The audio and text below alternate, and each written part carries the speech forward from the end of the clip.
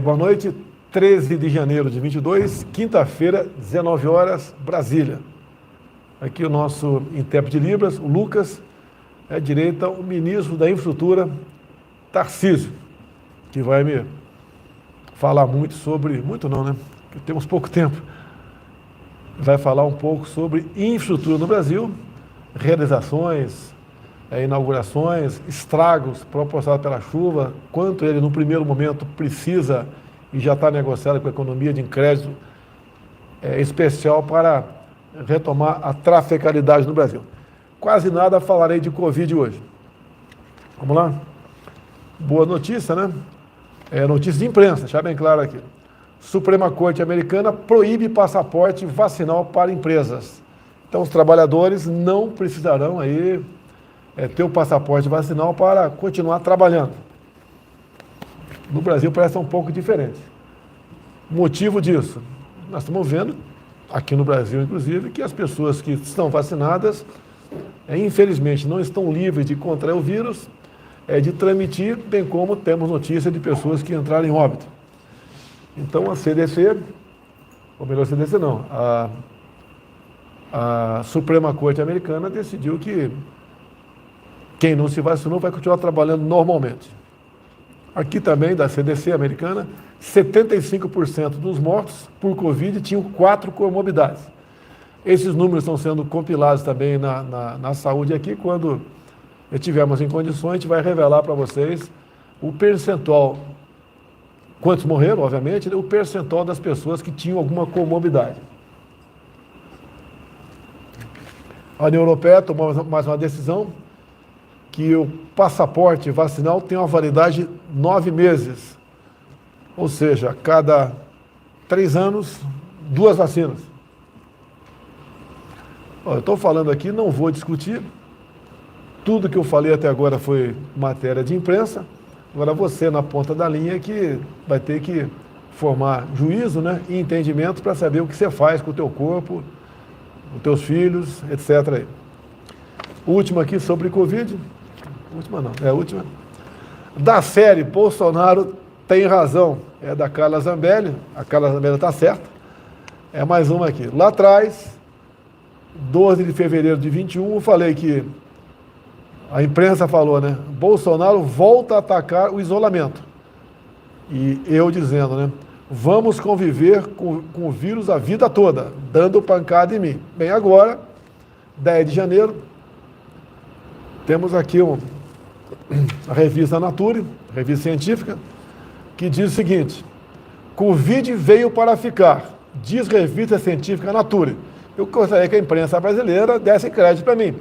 Não tem o bola de cristal, apenas a gente discute aqui entre nós, já que não podemos discutir, e a grande mídia não aceita a discussão sobre questões de Covid, o Facebook derruba a página, etc. A gente sempre discutimos entre nós aqui, e a conclusão que a gente chegava era que isso iria acontecer. Como, por exemplo, desde o começo, né, eu fui contra a garotada deixar de ir à aula. Ou seja, desde o começo eu falava o quê? Que a molecada tinha que estudar. Porque o vírus praticamente era inofensivo para mais de 99% da garotada. Devíamos sim adotar o isolamento vertical e tomar conta dos mais idosos e com comorbidade. Bem, um editorial do Globo, de 2 semanas aproximadamente, o título é o seguinte: tirar as crianças de sala de aula foi um crime. Então está faltando dar crédito para a gente aqui. Eu gostaria muito de estar conduzindo os destinos da questão da pandemia no Brasil, mas tudo bem. Uma coisa aí, capítulo. Deixa lá. Vamos lá. Já vai entrar no ar aqui o Tarcísio, né? Apenas mais algumas notícias aqui sobre preço das coisas, né? Aquela política do fica em casa, a gente vê depois, praticamente no mundo todo vigorou essa política.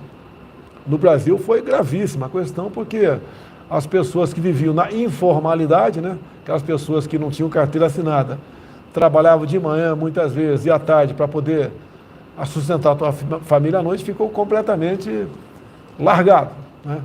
Por parte de governadores e prefeitos. Não ficou da nossa parte, nós criamos o auxílio emergencial. Mas vamos lá. Estados Unidos registra uma inflação recorde, né?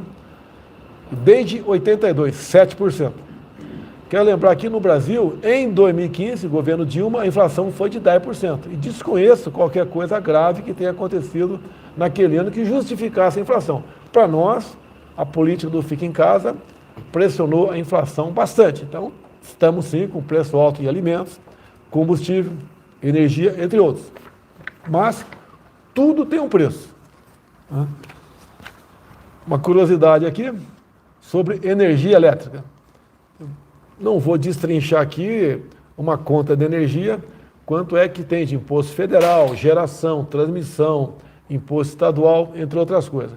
Mas a tarifa na Europa, que é medida em euro, né? Em euro, a energia elétrica na Europa, em média, um pouco mais que triplicou desde quando, na verdade, começou a pandemia. Então, Áustria, Bélgica, Alemanha, Polônia, Portugal, Espanha, etc., ficou em média 3 vezes mais caro. No Brasil, tá certo? O aumento médio foi de 8%.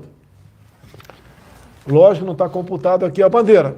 Faltou computar a bandeira aqui e deixar bem claro. Mas a gente espera que com essas chuvas aí, a ANEEL, juntamente com o Ministério da Minas e Energia, decida aí sobre quando é que essa bandeira deve baixar ou não.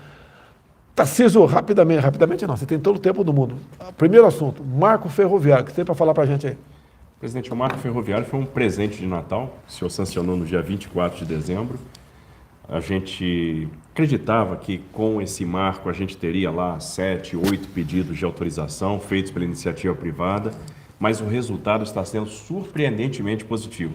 Já tivemos 76 pedidos de autorização para a construção de novos segmentos ferroviários. Isso representa a construção de 19 mil novos quilômetros de ferrovias no Brasil e um investimento na casa aí dos 220 bilhões de reais. Todo privado, o investidor toma o risco de engenharia, é ele que vai fazer a sua obra, fazer a sua operação, conectar a sua mina, a sua lavoura, a sua planta industrial a uma ferrovia existente, a uma ferrovia concedida ou mesmo até um porto. Aquela ferrovia Norte-Sul, que nasce no Maranhão, passa por Tocantins, Goiás e termina no Porto de Santos, São Paulo, de mais ou menos 4.100 quilômetros. Faltavam 1.500 quilômetros. Feito também pela iniciativa privada. Só que o nosso governo não atrapalha quem quer produzir, quem quer investir no Brasil. Quando deve ser inaugurada a Norte-Sul? Agora, nesse primeiro semestre, provavelmente nesses primeiros meses do ano, a gente já venceu a distância de Estrela do Oeste para São Simão, vencemos São Simão, Rio Verde, e agora nós estamos chegando em Anápolis. Então, em breve, a gente vai estar fazendo a operação desse segmento completo. Tem até, presidente, aquela ideia do senhor fazer um segmento, fazer um trecho ali de ferrovia, percorrer um trecho. Você me convidou, obrigado aí. Se a lei permitir, porque esse ano tem lei eleitoral e tem um calendário. Em dado momento, eu não posso mais participar de inauguração. Antes disso? Então, tudo bem. Com certeza. Eu acho que no máximo em junho, né? Antes disso, se Deus quiser, antes disso. Se eu não me engano, meu limite é maio, é por aí. Eu participar de inaugurações pelo Brasil. Fala em inaugurações, alguma inauguração nos próximos dias? Vamos lá, tem agora em fevereiro a Travessia Urbana de São José do Rio Preto, uma obra super importante na Transbrasiliana, que é a BR-153, que corta o Brasil de norte a sul, uma obra importante para a mobilidade, para a segurança das pessoas, né, para a diminuição do tempo de viagem. É um grande evento que a gente conta com a presença do senhor lá. Vamos lá, sim. Vamos lá. E tem outra coisa interessante, presidente. A assinatura do contrato, do novo contrato da rodovia Presidente Dutra. Então, fizemos o novo leilão, 15 bilhões de reais de investimento, uma diminuição de tarifa da ordem aí de 35%, pedágio zero para moto e investimentos que vão garantir segurança, vai ser menos roubo de carga, vai ser mais velocidade na operação, mais segurança para os usuários, iluminação de LED em todo o seu percurso. A Rio Santos foi incorporada nessa concessão, então a gente vai ter do Rio de Janeiro até Ubatuba investimentos e a duplicação do Rio de Janeiro até Angra dos Reis, além da nova descida da Serra das Araras, né? São 4 faixas subindo, 4 faixas descendo, com toda a segurança. A Baía de Angra é uma região fantástica. Tem um decreto ambiental que trava o desenvolvimento lá. Vamos ver se no corrente ano, quer dizer, deixar no futuro, não sei o que pode acontecer, mas no corrente ano se consegue revogar esse decreto. E quem revoga decreto ambiental é lei federal. não é o presidente, se fosse o presidente já tinha revogado, já estaremos investindo mais de US$ 1 bilhão na região. Temos um compromisso de um país lá do mundo árabe que quer investir US$ 1 bilhão na Baía de Angra. Mas precisamos revogar um decreto ambiental e passa pelo parlamento. Imagine a Baía de Angra com investimento de US$ 1 bilhão. Olha, eu tive uma vez em Cancún quase que de passagem. É muito melhor do que Cancún. Se eu não me engano, são 365 ilhas na região, algumas delas têm praias também. Tem a Ilha do Sandre, por exemplo, começou um hotel há muito tempo a fazer, daí foi embargado, questão ambiental. Bem, tudo pode acontecer. Com essa duplicação até Angra, imagine como vai ser prazeroso você curtir férias naquela região. Você não precisa sair do Brasil, vai para lá. E o pessoal de fora do Brasil vem para cá. É dinheiro, é emprego, é desenvolvimento, é tudo. O Brasil tem tudo, mas tudo mesmo para ser uma grande nação. Falta pouca coisa para a gente começar a mostrar para vocês e para o mundo o que é o Brasil de verdade. Vamos lá continuar com o Tarcísio aqui, já que ele está bom de conversa aqui, né? Bom, Tarcísio, as chuvas aí não foi apenas sul de Minas, né? Sul da Bahia, foi também norte de Minas. Temos agora aqui em Goiás também, o Major Vitor Hugo entrou em contato conosco, falando dos problemas. E só o ano passado você conseguiu 200 milhões de crédito especial, né? Para dar uma arrumada nisso que a natureza estragou. Só que as chuvas prosseguiram, tivemos problemas mais sérios em Minas Gerais e outros estados do Brasil. No momento, você já está conversado com o Ministério da Economia, um montante em crédito especial para você. Num primeiro momento, você acha que quanto seria o suficiente para você restabelecer a trafegabilidade nessas regiões? A gente está estimando, presidente, alguma coisa em torno de R$ 1 bilhão para a gente fazer todos os trabalhos de recuperação necessários. Nós tivemos aí muitas quedas de barreira, deslizamentos de corpos de aterro, interrupções das mais diversas vias, rompimentos de taludes, encabeçamentos de pontes. Então, é um trabalho bastante grande, são vários pontos de interdição total ou parcial, e a gente vai ter que restabelecer a mobilidade das pessoas, né, garantir a segurança de trafegabilidade. Então, esse dinheiro vai ser muito importante, uma situação extraordinária, então uma chuva que veio num volume muito maior do que vem todos os anos. A gente já prevê um recurso para essas chuvas de verão, mas houve uma extrapolação, realmente um volume extremamente grande de precipitações e muitos incidentes em rodovias federais. A gente já está dimensionando isso, as equipes estão em campo, estamos já verificando os contratos emergenciais para que a gente possa dar pronta resposta, que é uma coisa que a sociedade precisa, né, ver essas rodovias sendo restabelecidas. A gente vai estar pronto para executar os serviços tão logo a água baixa, tão logo a gente tem a condição de segurança e também a condição técnica de fazer esse serviço. E essas conversas com o Ministério da Economia estão andando muito bem para que a gente possa colocar os recursos necessários para fazer essa grande recuperação. Eu acho que até segunda-feira a gente consegue assinar essa medida provisória, né? Também está previsto 1 bilhão e 300 para o MDR, Desenvolvimento Regional, dado o ministro Rogério Marinho, para outras obras, né? Essas são as mais localizadas, mais urbanas, dentro do município, alguma estrada vicinal e por aí. Também 700 milhões ou 800 para a Tereza Cristina Agricultura. A agricultura, o que acontece? Problemas com chuva, aqui na região de Minas em especial, né? E problema de seca no Rio Grande do Sul, Santa Catarina e Paraná. Outra coisa, né? Logicamente não falei, porque no dia 12 de janeiro último agora, nós completamos aqui 11 anos daquele trágico acidente, trágico catástrofe, na verdade, lá no Haiti, e onde nós perdemos 18 militares. Né? Foram 3 coronéis, 2 majores, 1 tenente, 1 subtenente, 3 sargentos, 3 cabos e 5 soldados.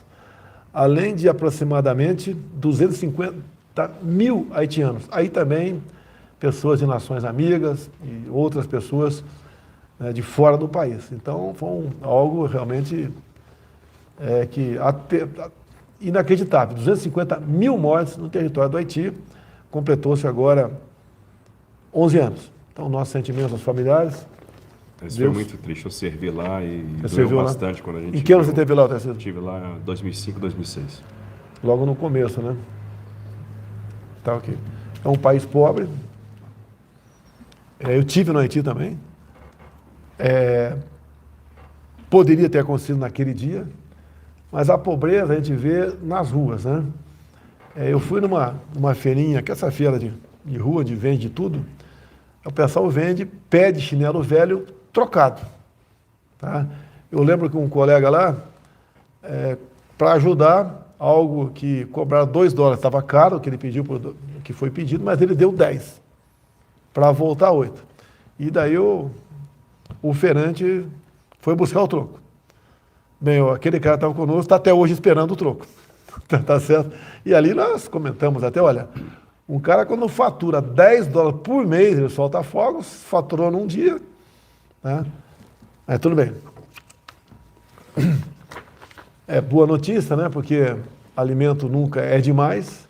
Por muitas vezes o preço sobe porque a demanda está muito grande, a produção está pequena. Então, no último semestre agora do ano passado, foi contratado pelos produtores rurais mais 30% de financiamento em relação ao ano de 2020. Então, a gente espera, inclusive, está uma projeção aqui, apesar dos problemas, de um aumento de safra 21, 22, na ordem de 12%. Cid, a primeira pergunta é assim. Vamos lá. Quem estiver nos assistindo, né, a TV fechada aí, a Jovem Pan News, canal 576, transmite esse sinal. Então, quem estiver na internet, quiser passar ali para a TV Jovem Pan News, fica até melhor de nos ver. Boa noite, presidente Bolsonaro, ministro Tarcísio, todos os presentes. É a Cristina Grêmio que está falando, estou cobrindo as férias aqui do Zé Maria. Eu queria saber sobre o pedido do governador do Rio de Janeiro para desmembrar o edital de privatização dos aeroportos, tirar os aeroportos de Minas e deixar só o de Santos Dumont e o de Jacarepaguá no pacote. Isso pode acontecer ou isso desvirtua todo o propósito do programa de privatizações do governo? Obrigada, boa noite. Vamos lá, Cristina. Ontem a gente teve uma reunião muito boa com o governador do Rio, uma reunião onde a gente estabeleceu que nós vamos montar um grupo de trabalho. Esse grupo de trabalho vai ter a participação da sociedade do Rio de Janeiro, das autoridades locais e também do setor produtivo. Tenho certeza que muitas contribuições importantes vão ser dadas. Obviamente, quando a gente estruturou essa modelagem, nós usamos as mesmas premissas que vínhamos usando nos leilões bem-sucedidos da quinta rodada, da sexta rodada. Existe algum entendimento diferente por parte de autoridades e setor produtivo do Rio com relação à complementariedade do Santos Dumont com o Galeão. Então, uma certa lógica de que a gente teria um aeroporto primário com um aeroporto secundário, quando na verdade no Rio nós temos 2 aeroportos primários. Mas isso não quer dizer que a gente não possa fazer ajustes na modelagem. Nós temos feito isso o tempo todo. Fizemos isso recentemente, por exemplo, na construção do modelo de leilão das rodovias do Paraná. O contrato do Paraná é diferente daquilo que a gente tinha pensado originalmente e daquilo que a gente até fez em nos outros leilões. Então, esse mesmo esforço nós vamos fazer com o Rio de Janeiro. A aliança de aeroportos de Minas com o aeroporto Santos Dumont e Jacarepaguá está consoante, né, está aderente à lógica de leilão de blocos. A gente fez o leilão de blocos na quinta, fizemos o leilão de blocos na sexta, estamos fazendo novamente. Isso, no final das contas, agrega mais movimentos. Então, tem uma lógica operacional por trás disso. E, no final das contas, como a gente faz investimentos baseado em nível de serviço, não existe a hipótese de um aeroporto perder em detrimento dos demais que são menos rentáveis. Então, todos têm a carga de investimento necessária para atingir o nível de serviço. Mas nós vamos fazer essa discussão agora com as autoridades do Rio, com o setor produtivo, dentro desse grupo de trabalho. Vamos fazer as adaptações necessárias para construir o máximo de consenso possível e fazer aí um leilão que vai gerar um contrato que vai deixar aí o Rio de Janeiro confortável, né, com o futuro, com o crescimento, com a possibilidade desses aeroportos trazerem aí negócios, trazerem o turismo. Então, tenho certeza que o resultado vai ser muito bom. Nessa discussão, tá, porque eu sou eleito pelo Rio de Janeiro, sou paulista, mas desde os 17 anos de idade estava morando no Rio de Janeiro. Alguns querem artificialmente pegar ali usuários do Santos Dumont e levar para o Galeão. Agora, grande parte dos que vão para o Rio de Janeiro prefere descer no Santos Dumont pelos mais variados motivos. Então aí é um ponto que complica um pouco. Agora, tem que ver a capacidade máxima do Santos Dumont. Ela vai ser atingida, ou já tá praticamente nesses números. Não podemos pegar uma parte dos voos para o Santos Dumont e, numa possível futura negociação, levar para o Galeão. Porque você pode também esse pessoal que, ao procurar ir para o Rio e ver que só tem pouso no Galeão, resolver não ir para o Rio de Janeiro. Eu acho que todos perdem com isso aí. Há bom interesse nosso, do Tarcísio, que trata desse assunto, e atender o Rio de Janeiro. E atender o usuário, a qual nós devemos lealdade. Eu acho que no final dessa discussão, presidente, a gente vai ficar com um modelo bom, né, que preserve o Terminal Rio, que preserve a capacidade do sistema multiaeroporto do Rio de Janeiro, que faça com que esses dois aeroportos possam crescer de forma sustentável e que também traga algum tipo de ganho, por exemplo, na mobilidade urbana com a aplicação de valores de outorga. Então isso vai estar na mesa. Eu acho que nós vamos fazer uma boa discussão e o que a gente pode esperar como resultado é mais investimento para o estado do Rio de Janeiro e uma configuração harmônica de operação desses dois aeroportos. Tá, ok. Antes de chegar à próxima pergunta, só para complementar aqui a Dutra, tá? Em média vai cair um terço. Em torno de 35%. É um terço o valor do pedágio. Hoje, se não me engano, está R$15 um pedágio de automóvel. Então vai cair para aproximadamente quase R$11. E quando nós anunciamos lá atrás que o pedágio para moto seria zero, muita gente falou que outros vão pagar essa conta. Ninguém vai pagar essa conta. Muito pelo contrário. Vai diminuir o valor do pedágio geral, para caminhões também, para todo mundo. Assim será em todas as novas renovação de concessões, bem como novas licitações.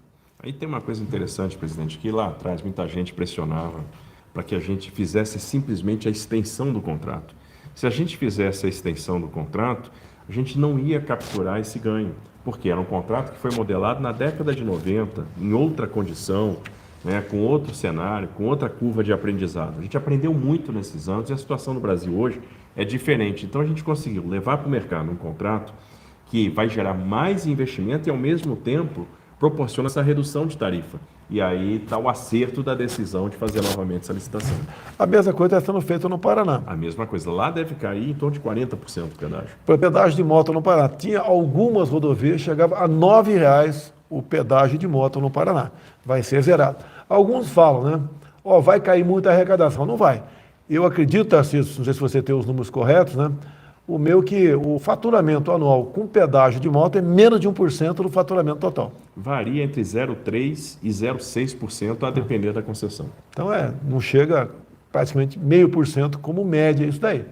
Agora, se você for em cima desse que você vai perder, cada R$200 você vai deixar de arrecadar mas você não vai ter que pagar serviço para operar uma cabine especial para a moto. Então, na verdade, fica no 0 a 0 essa questão. E onde há muito acidente de motociclista, eu sou também, né, mas há muito tempo já não viajo, até pela cargo que eu ocupo e pela idade, muito acidente é próximo do pedágio, ali embaixo ali da cancela, porque quando os caminhões reduzem a velocidade, geralmente pinga mais óleo, fica muito mais escorregadio. Então vai ter uma passagem ao lado, né? As motos vão passar sem cobrar nada. Isso, então, daqui a pouco tempo, na Dutra, zero pedágio aí, bem como no Paraná. Agora, no início de fevereiro, a gente vai estar no fevereiro. Vamos lá na Dutra, lá no posto de pedágio, para ver os motoqueiros passar lá? Vamos lá. Bom assinar um contrato na rua. Continuando, então é o seguinte, outra notícia também, que começamos a trabalhar lá atrás com o Tarcísio, o Congresso aprovou, modificou o nosso projeto, por exemplo, carteira de habilitação. Nós mandamos a proposta para a Câmara para que até os 65 anos de idade a carteira de habilitação fosse renovada a cada 10 anos. Meu Congresso resolveu passar para 50 anos. Não deixou de ser um certo ganho. Então, acertei com o Tarcísio, vamos encaminhar para o Parlamento um novo projeto, vamos pedir urgência para o Parlamento, para que a validade, né, dessa de 10 anos seja até 75 de idade. Afinal de contas, qual o limite de idade para o pessoal do Supremo Tribunal Federal? 75 anos. Para o STJ, 75. Também para o TCU, 75. Para presidente, não tem. Por isso que eu pretendo aí Pretendo não ficar a vida toda por aqui, não. Fiquem tranquilos, o pessoal da esquerda fica tranquilo. Mas não tão tranquilo, porque quando eu sair vai entrar alguém no nosso perfil com toda certeza. Vamos lá. Então, vamos encaminhar o projeto, pedindo que a validade da carteira de habilitação chegue aos 75 anos. Agora, fiquei sabendo, não vou falar aqui, porque não confirmei a notícia, que tem um estado, né, muito importante do Brasil, que para prevendo, então, queda de arrecadação, o respectivo governador já teria dobrado as taxas para renovar ou tirar a carteira de habilitação. Se eu confirmar, eu digo aí o nome desse governador aí na próxima live. Cíntia, pronto aí, Cíntia?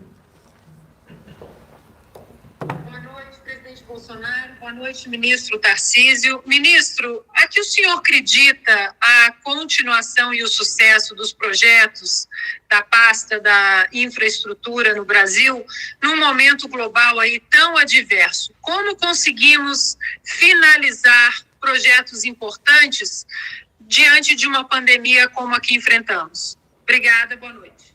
Paulo, boa noite. Primeiro, acho que tudo começa na determinação do presidente de tratar a infraestrutura como uma questão de Estado, garantindo a continuidade dos projetos e, principalmente, a liberdade para a montagem das equipes.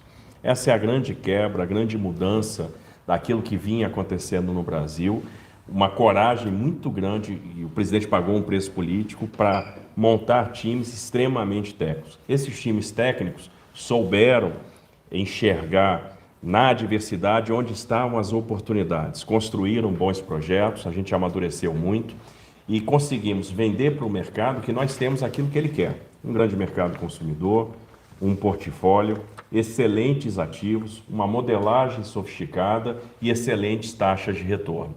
Então isso conquistou o coração desses investidores nacionais e estrangeiros e eles vieram para os nossos leilões. A gente já tem uma carga de investimentos contratada muito grande, então já são muitos leilões realizados e até o final deste ano a gente vai superar a marca de R$1 trilhão em investimentos em infraestrutura contratados, em todos os setores, no setor do óleo e gás, no setor da energia, tanto da geração quanto na transmissão, no setor do saneamento básico, que é uma revolução. Imagina, presidente, o senhor chegou no governo e o Brasil tinha lá 30 milhões de brasileiros sem acesso à água potável, 100 milhões de brasileiros sem acesso a esgoto. O marco do saneamento patinava, nunca havia sido aprovado e nós não tínhamos a segurança jurídica para passar essa atividade para a iniciativa privada. Então esse cenário mudou, grandes leilões foram feitos, centenas de bilhões de reais no saneamento básico vão ser investidos. Isso vai mudar a vida das pessoas. No curto prazo, vai mexer com a construção civil, no médio e longo prazo, vai melhorar a qualidade ambiental das cidades e vai melhorar a saúde da população. Então a gente vai ter uma situação muito melhor, vai ter uma descompressão no serviço de saúde, e isso é transformador, inclusive para a questão econômica, né, no ganho de produtividade que a gente vai ter com as pessoas mais saudáveis. Soma-se a isso, Tarcísio, completamos 3 anos de governo, 2 em pandemia, ou seja, em 3 anos, 2 em guerra, em mar revolto. E assim mesmo o Brasil cresceu, tá? Tem crescido. Porque o ano passado o crescimento foi negativo, mas todos esperavam menos 10, foi menos 4. E soma-se a isso tudo também a confiança que o nosso governo desperta no investidor estrangeiro. Quando fomos ao mundo árabe, por exemplo, no Emirados Árabes Unidos, fizemos uma reunião, tinham 700 empresários, a maioria brasileiros, da FIENG, da Federação da Indústria de Minas Gerais, acompanhado do seu respectivo governador, Romeu Zema, e foi um sucesso. Isso já começa a dar frutos aqui no Brasil. Então, o Brasil é um país fantástico, o nosso governo desperta atenção, sim, por parte do mundo todo, e a gente espera que o Brasil continue dessa forma com a sua política externa, coisa que praticamente pouco existia no Brasil. Alguém se lembra no governo Dilma, quando ela passou mais de um ano e não recebeu as credenciais do embaixador israelense. Então esse era um pouco de governos anteriores aqui. Então a credibilidade, a confiança e botar a pessoa certa para trabalhar naquele ministério. Não é apenas o Tarcísio. Se formos comparar todos os demais ministérios, como por exemplo o da Damares, veja quem estava antes da Damares, o que ele pregava aqui no Brasil, qual era a agenda de uma ministra e ministro também de Direitos Humanos, Ângela Damares. Era ideologia de gênero, era PNDH3, era PLC 122. Eu falo isso, mas não vou dizer o que é para evitar aí polêmica. Mas o pessoal deve saber, muita gente, o que acontecia naquele momento. Tem mais perguntas, Cid? Então, antes de passar, peraí, Cid. Ontem a Caixa Econômica Federal, né, apresentou suas linhas de crédito para a aquicultura no Brasil, pesca no Brasil, né? Quem trata desse assunto é o nosso secretário especial da Pesca, Jorge Seife Júnior, lá de Santa Catarina. Um garoto, uma pessoa fantástica, com uma bagagem cultural enorme nessa área, que vem dando certo o que ele faz no Brasil. Só em contratos de cessões de água da União, em 3 anos, ele conseguiu assinar mais contratos que nos últimos 10 anos de governos que nos antecederam. O Jorge Seife entende, sim, tudo de pesca e de legislação. É uma coisa que vem dando certo no Brasil. Não sei se conseguiremos esse ano, mas caso venhamos a conseguir, que depende do Parlamento paraguaio, só no Lago de Itaipu, a projeção, né, a previsão é que nós aumentemos em pouco tempo, em 40%, o volume de pescado no Brasil. Basta lembrar, pessoal, sempre falo isso aí, segundo dados da Embrapa, um lago de 1 hectare, tamanho de campo de futebol, pode, né, produzir de 10 a 15 toneladas de tilápia por ano. Esse mesmo lago, compartimentado, logicamente com o peixe ali tratado, pode produzir por ano de 100 a 150 toneladas de tilápia.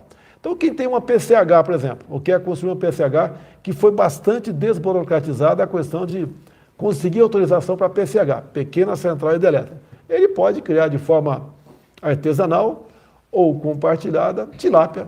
E ele pode abastecer uma cidade, se for compartilhada, uma cidade de 50 mil habitantes, tranquilamente. Outra pergunta. Boa noite, presidente Bolsonaro. Boa noite, ministro Tarcísio Gomes de Freitas. Ministro, entrando no último ano da sua gestão, talvez já dê para dizer o que vai mudar na malha ferroviária brasileira após a sua gestão. Obrigado. Fiuza, isso. No campo das ferrovias, eu acho que é onde a gente vai ter o avanço mais significativo.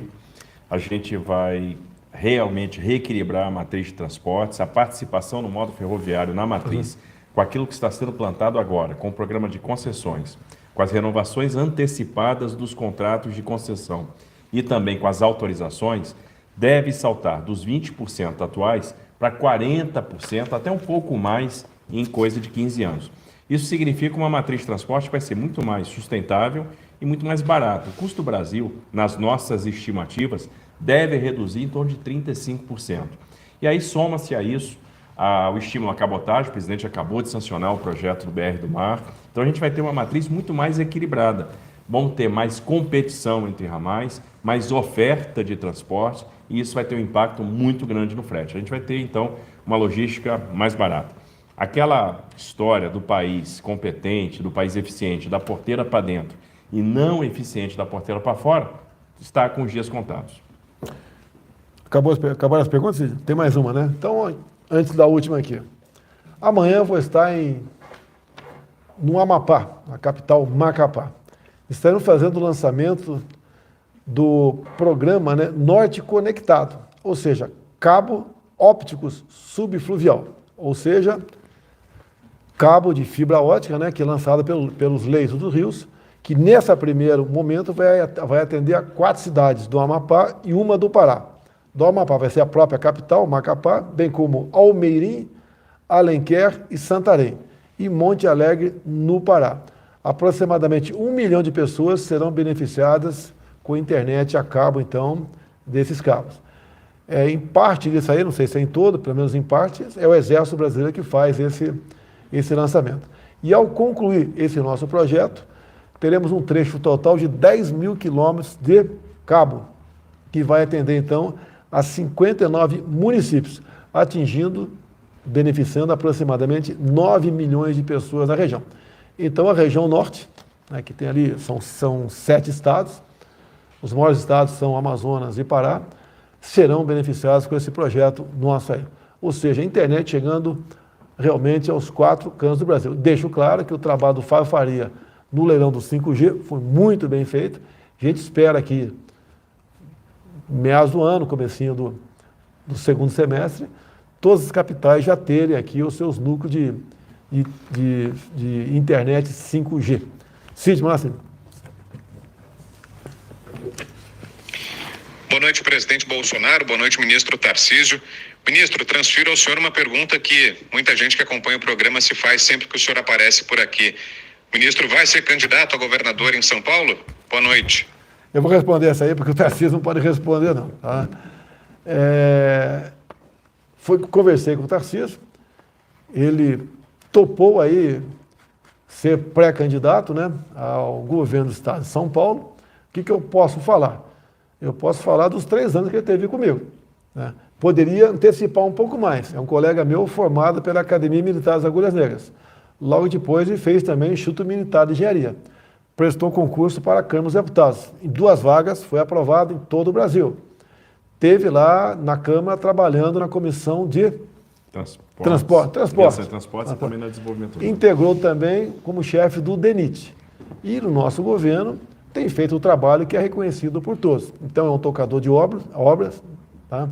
É uma pessoa, é um empreendedor e sabe realmente dos problemas do Brasil todo.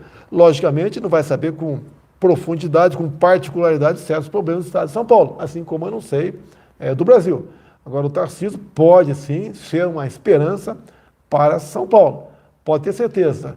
Ele ganhando as eleições, porventura, vai fazer um trabalho semelhante ao meu, a começar pela escolha do seu secretariado, que tem que ser tecnicamente escolhido. A dificuldade grande que eu tive no começo foi as pressões políticas para que os mesmos grupos de sempre tivessem aqui um naco na esplanada dos ministérios.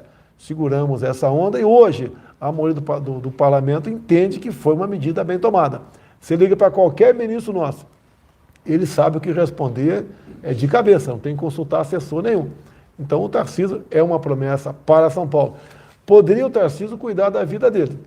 É uma pessoa que, se quiser abrir mão do serviço público, já que hoje em dia ele é servidor da Câmara dos Deputados, poderia fazê-lo aí fora, estaria muito tranquilo nessa parte. Mas ele quer, no meu entender, contribuir para com o Brasil, disputando eleições por São Paulo. Alguma coisa mais dessa? É isso aí. É bom não falar não, não falar muito não, fica quieto. Acabou, Cid?